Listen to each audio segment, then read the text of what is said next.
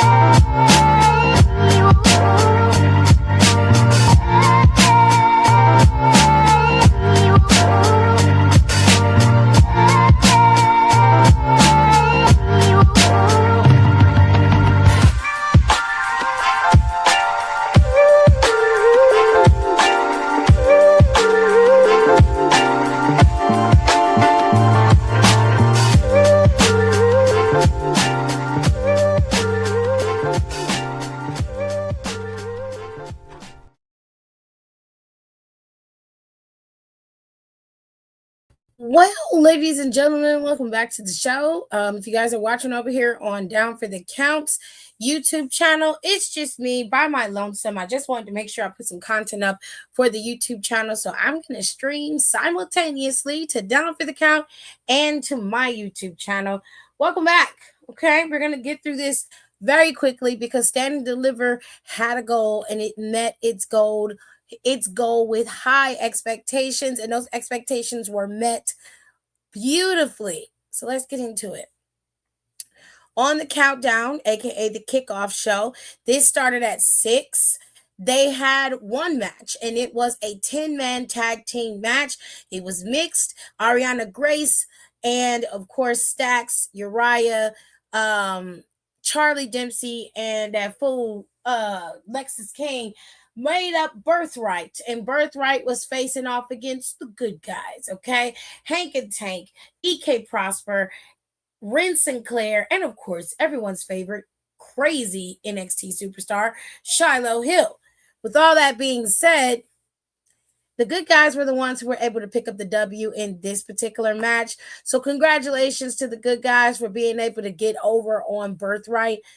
Be honest with you, nobody was trying to watch Birthright win that match. We're being honest.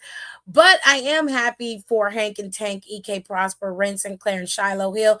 These were their first matches on Stand and Deliver. I think Hank and Tank had one already, but the other guys had never been at a Stand and Deliver match. And so it was different. But let's go back a little bit because Stand and Deliver was at the Factory. The Factory is a relatively small arena, as you can see, and it just seemed like it was like a regular old NXT. And I was just like, man, this doesn't seem like something about it seems off. The crowd wasn't really into much of it. Sexy Red did her thing, of course, with Shawn Michaels. It was very minimal when you saw her. She interacted with just about everyone who won. Backstage, but like the crowd in St. Louis, they didn't seem to be having the bestest times, ladies and gentlemen. So I don't know what was going on, but I'll say this: they got a treat when it came to the NXT superstars and the match that they were able to watch. It was very, very good.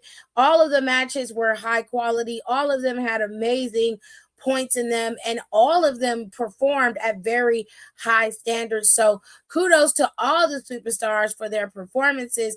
Now let's get into this show because the show kicked off with the women. I didn't know they were going to go here, but that's where they went. Jacy Jayne got a really good send-off package, and usually when they put out these really long packages or give you these nice little, video packages, whether it's alongside the superstar or actually on the screen while the superstar comes out, it's very likely that they will be the loser. And I hate to say that, but it's true. However, JC Jane put up quite the fight. She was in there with two of the best NXT has to offer in Kendall Gray and Lola Vice. But unfortunately for JC Jane, even with her protection, Ren Sinclair was able to run out Fatal Influence, and those three girls were battling it out. Ultimately, though, it went the way I wanted it to go, which was Lola Vice is your new NXT Women's Champion. Now, I used to give Lola the blues, but I will say this. Lola Vice has come into her own in NXT. She's been able to really solidify herself as a face, and she's been able to maneuver herself in a very good way in this locker room against formidable opponents, including Kendall Gray, including Kaylani Jordan, including JC Jane, because she has faced off against her before. Lola Vice has truly proven what she's capable of and who she is. And you have to give people props where props are due. She's outworked and outperformed many of the girls that have come in after her and before her. And she has become a true staple of NXT. Now she has solidified herself at the top of the mountain as the champion, and it is rightfully earned and deserved. So, congratulations to you, Lola, for becoming a champ. Now you're a double champ, AAA Mixed Tag Team Champion, and you are the NXT Women's Champion. Lola Vice has been putting in a lot of work all over the world, so you got to give that girl all the props, all the love, and all the admiration because she's earned it and she deserves it. Congratulations, Lola. I hope you're out there celebrating right now. With that being said, let's move into the next match. I'm not going to be able to put it in order because I could barely see, child. So, and that's not even me trying to be funny. I'm dead ass serious. I could barely see. The tag team champions were defending their titles against Los Americanos. Really fun match. A lot of high flying. Just a really good time in this match. But ultimately, both sides tried to cheat their way to the top. And unfortunately for Los Americanos, they just didn't cheat enough. Vanity Project was able to retain their championships, and they are still your NXT tag team champions. Don't know who's going to take these titles off of them, but I honestly cannot wait until they do. It's not that Vanity Project isn't good. They're excellent wrestlers in the ring, but I need them to tighten up on their look. If they're going to wear a suit, wear it so it looks right. Wear the right kind of shoes. Really look to people like Ricky Saints, like Ethan Page, like a Miles Bourne. Because when you're putting on clothes, you're on camera, bro. Like, I'm not saying you don't have to be the frat bro, obsessed with girls characters that you are. That works. I don't have a problem with that. But what I want these guys are very young, so I give them a little bit of room. And I'm not the biggest fan of watching very young talent. I just don't like looking at it. It makes me feel uneasy. And they look like children wrestling in the ring to me. But I will give them a pass and say that when they wrestle very good. They're well trained, excellent high flyers, very good hybrid style wrestlers, which I enjoy. I just want them to switch up the look. The white boy with the split part haircut, I need that to be fixed immediately. Homeboy with the other haircut, he's cool, but they leader, I need all of them to get it together. Like, I don't mind you wearing a good polo shirt and shorts and some boat shoes if that's what you want to do, but keep it clean, make it tight. Wear some white, get you some all white sneaks. Some I don't know. What can I think of? Reeboks? I don't know. Get you something, nigga, but make it so that it's clean, it's sleek, it looks presentable. Cause y'all be killing me. Y'all be killing me. Get it together, okay? I need y'all to fix that. For my sake. For my sake, please. The blue real bad. Yeah. Hello. Hi. Hi, how are you? Yeah. Hello, Johnny. I don't know when they're going to get beat or who's going to beat them, but I'm very curious as to what they're going to do with Vanity Project because it doesn't look like they're going to stop pushing them as of right now. And they did cheat pretty bad to win, but so did Los Americanos. So you really can't get mad at it. I'm fine. Thank you for asking. All right, so let's move on to the next match. I promise I won't keep y'all long. I'm going to skip around and talk about the matches because I'm not going to be able to pull up all the matches that I in order because I just can't. My brain,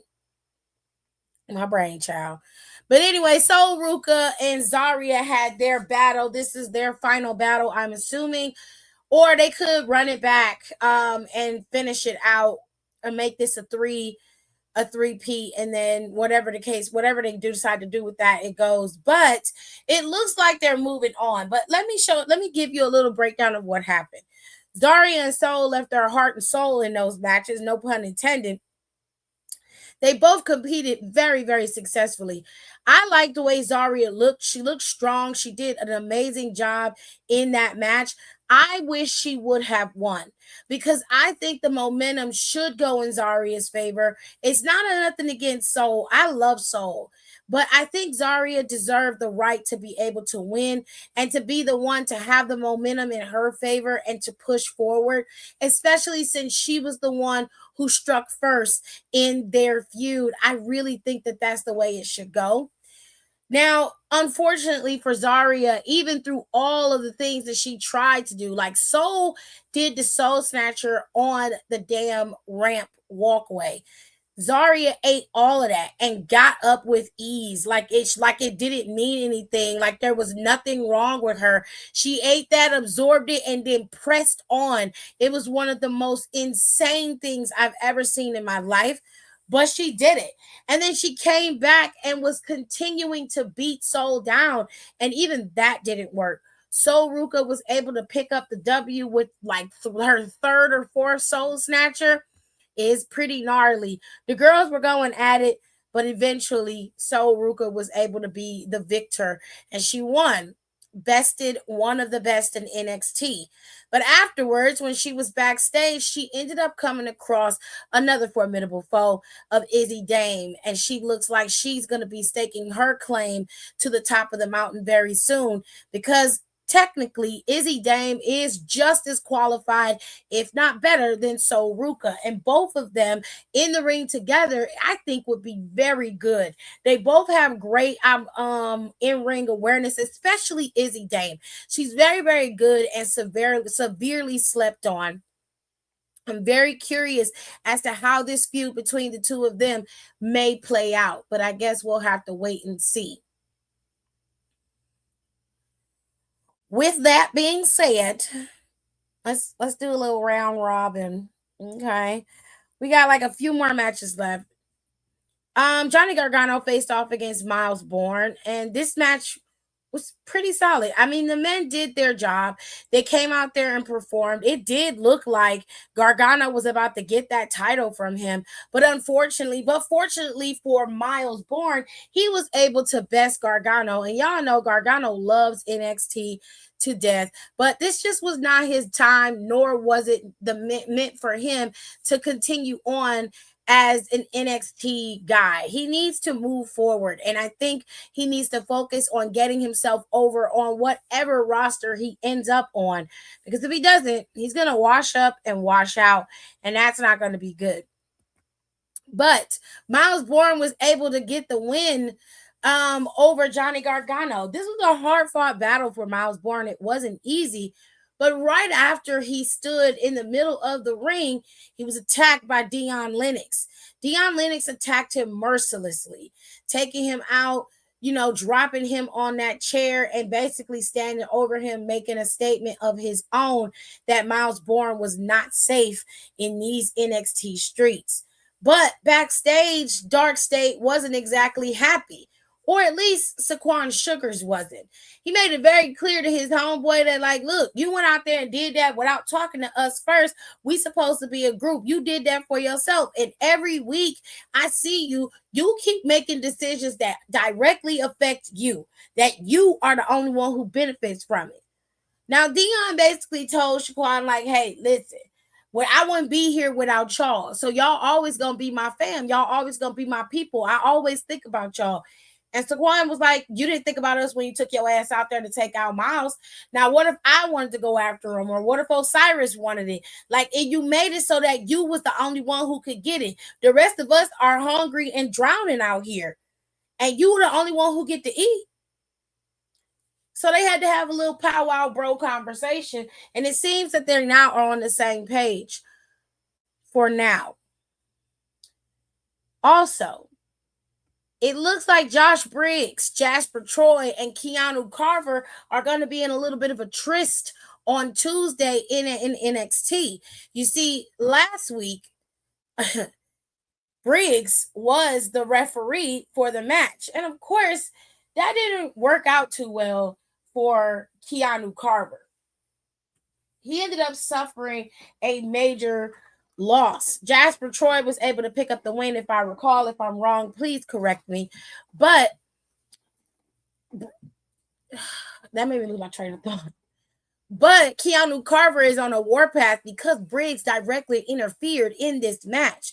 He knew that he was going to be the referee, and he interfered on purpose to make sure Keanu and Jasper knew what he was capable of.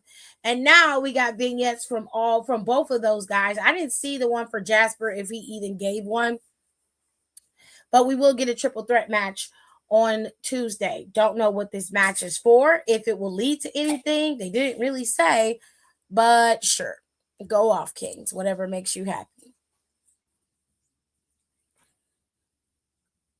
Got it. Okay, doesn't matter. Anyways, we also saw that Callie is going to be joining NXT very soon, which I'm happy about. She should have joined NXT the moment she dropped that title to Kendall Gray. The moment they had Kendall Gray masquerading in NXT, they should have had Callie up there already. Now, Callie is going to be there in NXT. This is going to be very interesting. That means the landscape for the women's division is broadening. And this is going to be problematic because a lot of people are going to be wanting to go after Lola Vice. And, of course, now Tatum Paxley.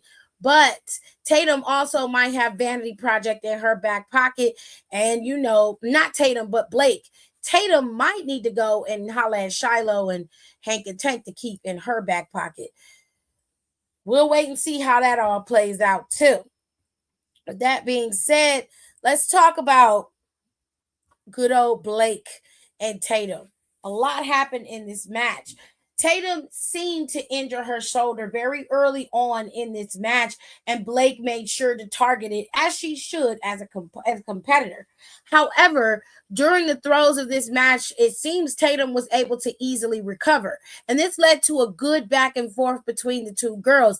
But Tatum suffered a nasty power bomb off of the edge of the apron. It looked bad. She sold it well, and Blake executed it properly. Now, Blake Monroe did all she could, removing the turnbuckles on 2 of the turnbuckles, removing those pads. She did all she could to take out Tatum Paxley, but it did not work. Tatum Paxley was able to retain her NXT Women's Championship.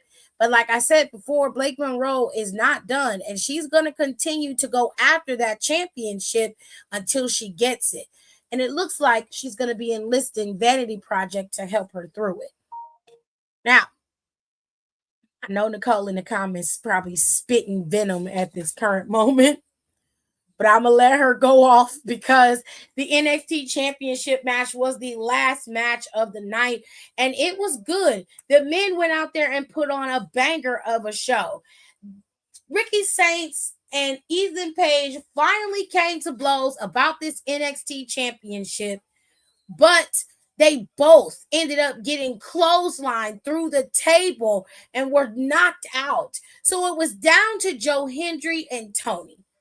Joe Hendry and Tony battled it out, but Joe Hendry was not able to best Tony D'Angelo.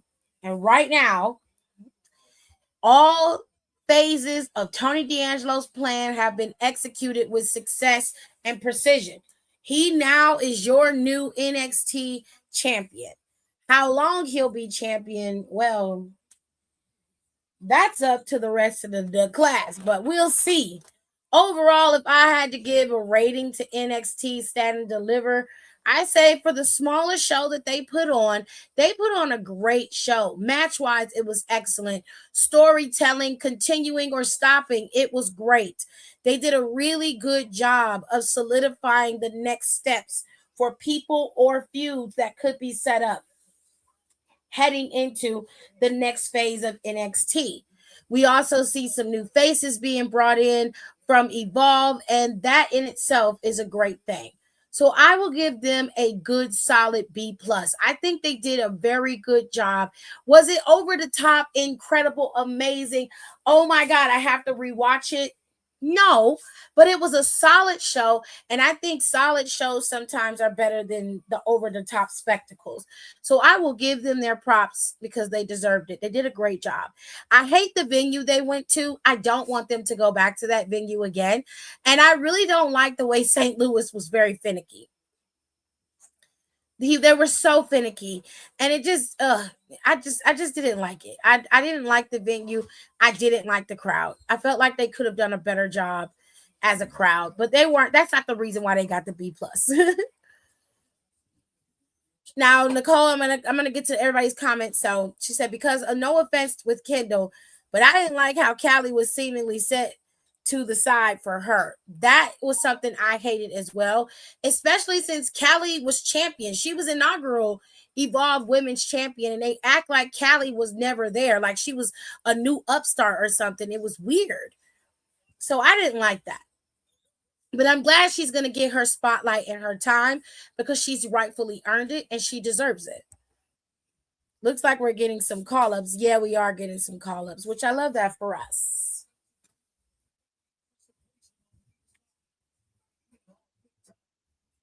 Ooh, let me plug up, y'all. I got it.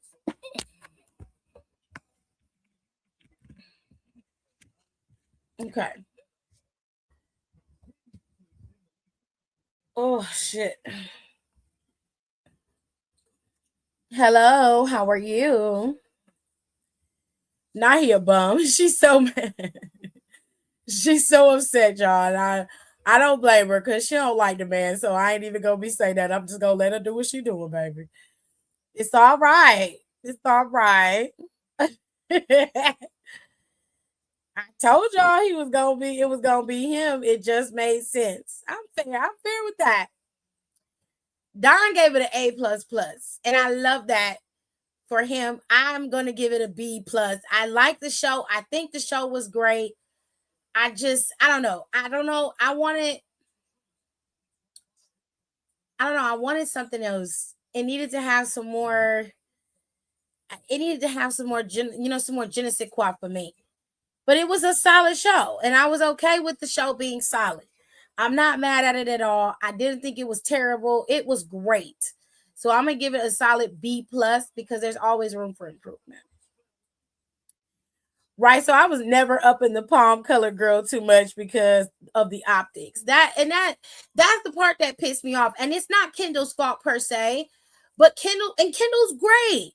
I love Kendall, but Kendall is good in the ring, but she doesn't give much personality wise. Ren really has enough personality for both of them. You know what I mean? And I don't mind Kendall. It's just I feel like Kendall would probably be better as a heel rather than a face. And I'm just waiting to see when she flips. We'll see how well she really does. But Callie deserved that spotlight, and Callie carried that women's division for a minute when she was champion. She's tall, she's strong, she is beautiful, and she was the right woman for the job. And then as soon as Kendall beat her, you put her everywhere. You gave Callie minor segments on NXT. You had Kendall Gray's ass in the Iron Survivor Challenge as fucking champion. I was so upset with them for that. I was like, what the fuck are we doing? I was so mad. I was like, Sean, your bald headed ass be doing some shit. Hello, how are you? She said, I'm okay with you. He said, it's not all right. She is not happy. She can't stand Tony D'Angelo. Salute to the chat. Well, chat, he said salute to y'all. So, hey. If I'm not mistaken, they've been to that venue before. Yes, they have. And it was terrible then. And it's terrible now. I don't like the venue. I don't like it.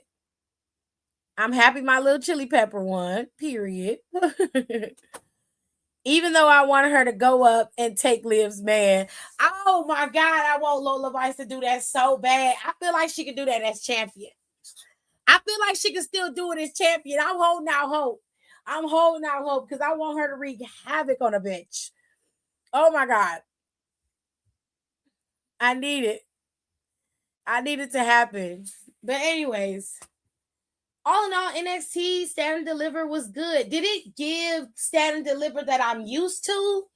No, but it looked like WWE is scaling back on the big venues. They were afraid to get a bigger venue. I don't know why, but me personally, I would have went all out for NXT. You know what I'm saying? As long as they charge reasonable prices for their tickets, they have nothing to worry about. But for when we talking about reasonable prices for tickets, they definitely are having a hard time doing that.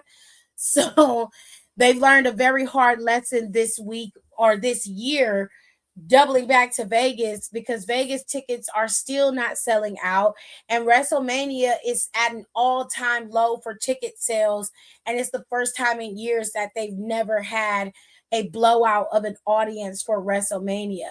And it's not because of the card. People are blaming the card, but that's not true because last year's card was ass and y'all all sold out the damn seats and went to go see it. It has nothing to do with the card, and it has everything to do with them going back to expensive ass Vegas. And we damn near in a recession. The gas is $4. I was out today. I went to the motherfucking store and to go see my grandma, and the gas is $4 a gallon, bitch. Okay? Now, shit. You got to be in touch with reality. You may not want to market to the families, but that's where your money is. You talk about the old man being a piece of shit, and he definitely is. But the one thing that man knew was how to get his fucking money. He knew how to get his fucking money. He was never leaving money on the table. And he never did no stupid shit like price out his fans so they couldn't go to no damn shows. Like, he knew better. He knew better. And TKO, you're going to be having a lot of tweets on your ass for the next couple of weeks after the shit y'all pulled on Friday. Okay? Now, I'm going to say this, and then I'm going to get out y'all hair and leave y'all alone. Now, the reports are saying the streets are saying that Cody Rhodes and everybody involved, with the exception of Pat McAfee, is mad that TKO done inserted Pat McAfee into this damn feud. Cody said that ain't something that he was looking for. I didn't need this motherfucker to get me over. That's what him said. At least that's what I say he said. They're very pissed off. They don't like it. We talking about not just Cody Rhodes. The streets say the creative. That the fucking creative are pissed at TKO for involving themselves or interjecting themselves in their shit. So it's not only talent, but your actual creative team is like, y'all doing too fucking much. What? Now, I don't know if it's true, but it's too many sources saying the same shit. And usually where there's smoke, there's fire. It may not all the way be true. It may be some parts of the truth. It may be some parts that aren't. But baby, listen. Something ain't right. Something ain't right.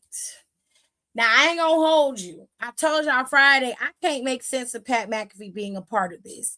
And all the weird ass videos he's putting up on his social media, pulling the motherfucking Trish Stratus and Zoe Starks with this stank Randy Orton shit is not hitting the way he thinks. It is not hitting the way he thinks, babe. And I need y'all to lock the fuck in. Okay? Now look. One thing about the WWE universe and one thing about wrestling in general is when they decide that shit is not cute, oh, bitches' heads will roll. Do you understand what I'm saying? And what we're not about to do is sit up here and act like this shit is not whack, because it's whack. It's stupid. Now, y'all know me. I can squeeze lemonade from an ant's ass, okay, when it comes to wrestling. I can make it work. But this is absurd. This is ridiculous. Now, if you were going to do it this way, I feel like there's a way for you to do it without involving Pat McAfee. Pat McAfee has no fucking connection to this at all. And for Randy Orton to be easily persuaded by somebody like fucking Pat McAfee, it says more about Randy Orton than it says about Pat McAfee. But I ain't gonna say nothing else. I'm just gonna let everybody watch it and do what they do. Okay? Now listen. I'll be back next week. We're gonna do reading and chill next week. Okay? We're gonna do reading and chill next week so we can have a little breather. You know what I'm saying? So we can have something to chill, have a little something to, go in about. I'll put up a few more chapters of reading and chill on my YouTube channel. Go back and read what you missed. Go back and listen to what you missed, because I'm not going to be rereading shit or recapping shit, okay? So we're going to do reading and chill next week. Y'all going to have a few Wrestle Eat shorts from me this week, because I'm going to be filming tomorrow when I go cook. Y'all gonna have a few Wrestle Eat shorts from me, okay? And as always, over here in our space, we appreciate y'all and we love y'all for coming over here listening to me. For those of you who came late, wait till the video goes up and watch the full recap of NXT, all right? And as always, I'll be back Monday to do a recap of Monday Night Raw, all right? I appreciate y'all and I love y'all, and I will see y'all next time. Be on the lookout for the videos because they are coming. Okay? Love y'all. Bye. Thanks for tuning in. Don't forget to rate, comment, and subscribe for more wrestling content. Check out our merch and consider becoming a member for exclusive perks, special emojis, and members-only content.